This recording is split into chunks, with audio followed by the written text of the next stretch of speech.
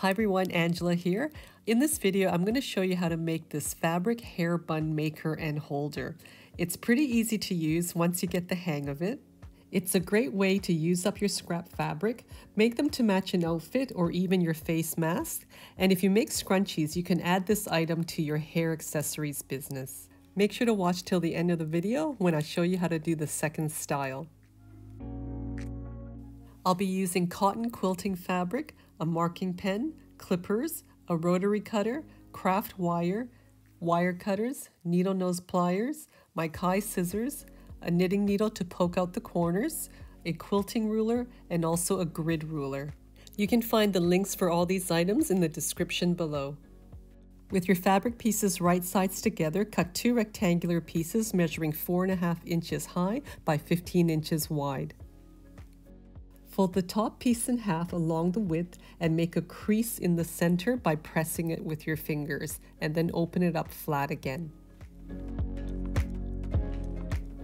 Use your grid ruler and marking pen to draw a line right on top of that center crease. Make a mark 4.5 inches in from both ends. This will mark out your 6-inch opening for your hair. Next, draw a line 1/8 of an inch above that center line between the marks, and then draw a line 1/8 of an inch below the center line between the marks.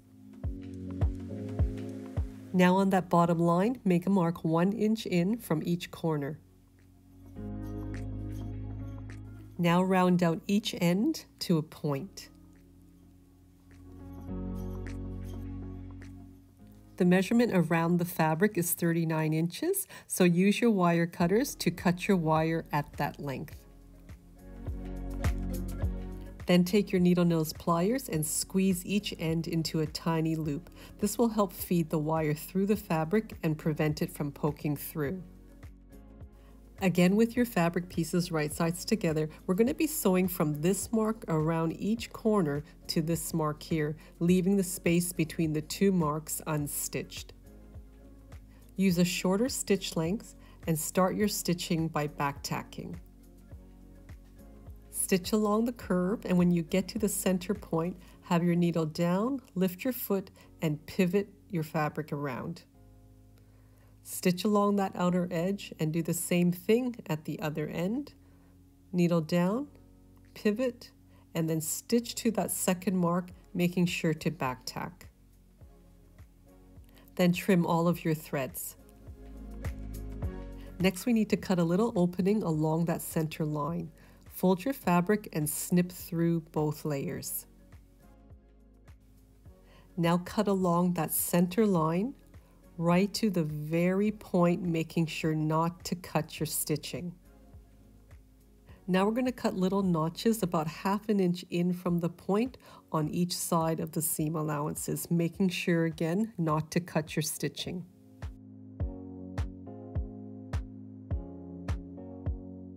Turn your fabric around and repeat for the other end.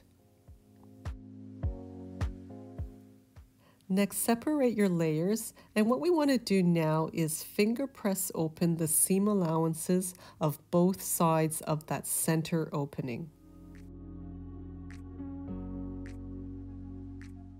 For the area that isn't stitched down, you'll just have to take extra care and fold that fabric 1/8 of an inch over.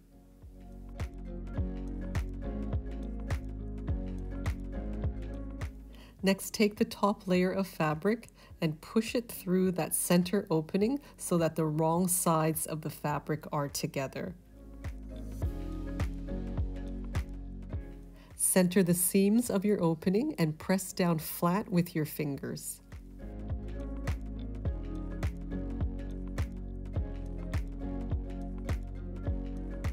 Now turn your fabric around so that the side of the opening that isn't stitched is facing away from you. Take the top 2 layers together and turn it towards you into a skinny roll. Stop about 1 inch from the edge and then flip your fabric so that right sides are together and the skinny roll is sandwiched in between. We're now going to stitch this long edge with a 1/4 inch seam allowance, back tacking at the start and finish.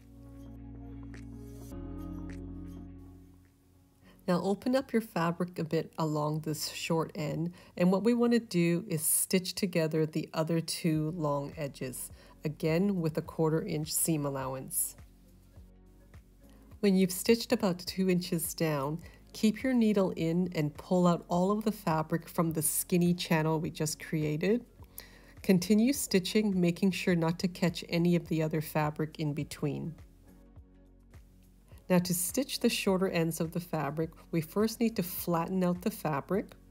Fold the seam allowance right along that stitch line towards the center of the fabric. Back tack, continue stitching, and then fold the other seam allowance towards the center and back tack again. Turn your fabric around and repeat for this side.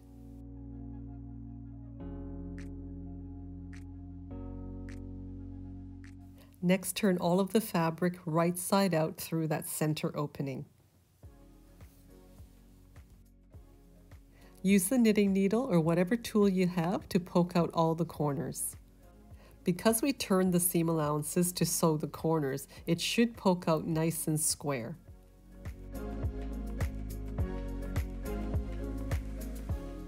On the side that has the unstitched opening, we're going to start our top stitching for the outer edge.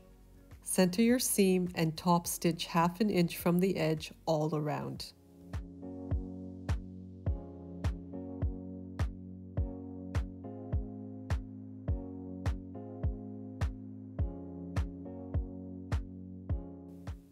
Leave about 1/2 inch from the start of the stitching and back tack. This will be the opening where we thread the wire through. Take one end of the wire, go through that center opening and through the small opening we just made. Push your fabric at the corners and the wire feeds through easily. If you're new to my channel and you're enjoying this video, make sure to give me a thumbs up, subscribe, and leave a comment below.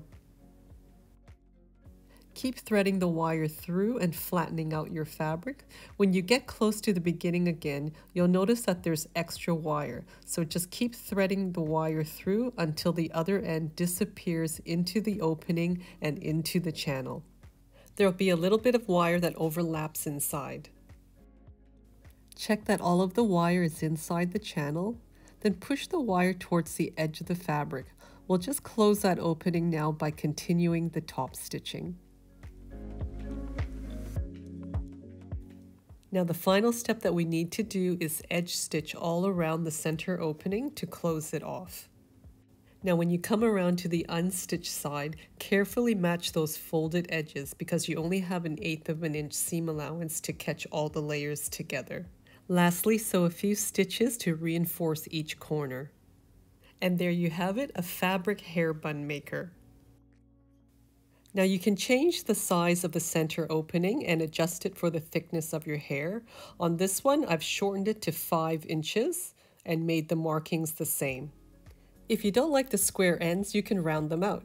For this one, I'm just rounding it out to a point at the center. You can mark out all 4 corners or just fold your fabric lengthwise in half, cut out your new curve, open up your fabric again, fold in half widthwise, and just follow the edge of your new curve to cut out the other end. Measure around your fabric again to cut out your wire. In this case, it's about 33 inches, and use your pliers to turn both ends. Next, sew, cut, and turn that center opening exactly the same as before, but this time you're going to sew from the edge of the center corner to the other corner. Stitch with a 1/4 inch seam allowance and back tack at both ends. Turn your seam allowance towards the center right along the stitch line and continue stitching with a 1/4 inch seam allowance. Carefully pull all of the fabric through and continue stitching along those edges till you get to the other point. Flip your seam allowance towards the center and back tack to finish. Turn right side out and poke out the corners. Top stitch 1/2 inch in from the outside edge and leave an opening for the wire. Thread in your wire as before and then finish off by stitching close both openings and reinforcing the corners. To make a hair bun, slip your hair through the center opening, flip the fabric once and slide it about halfway down your hair.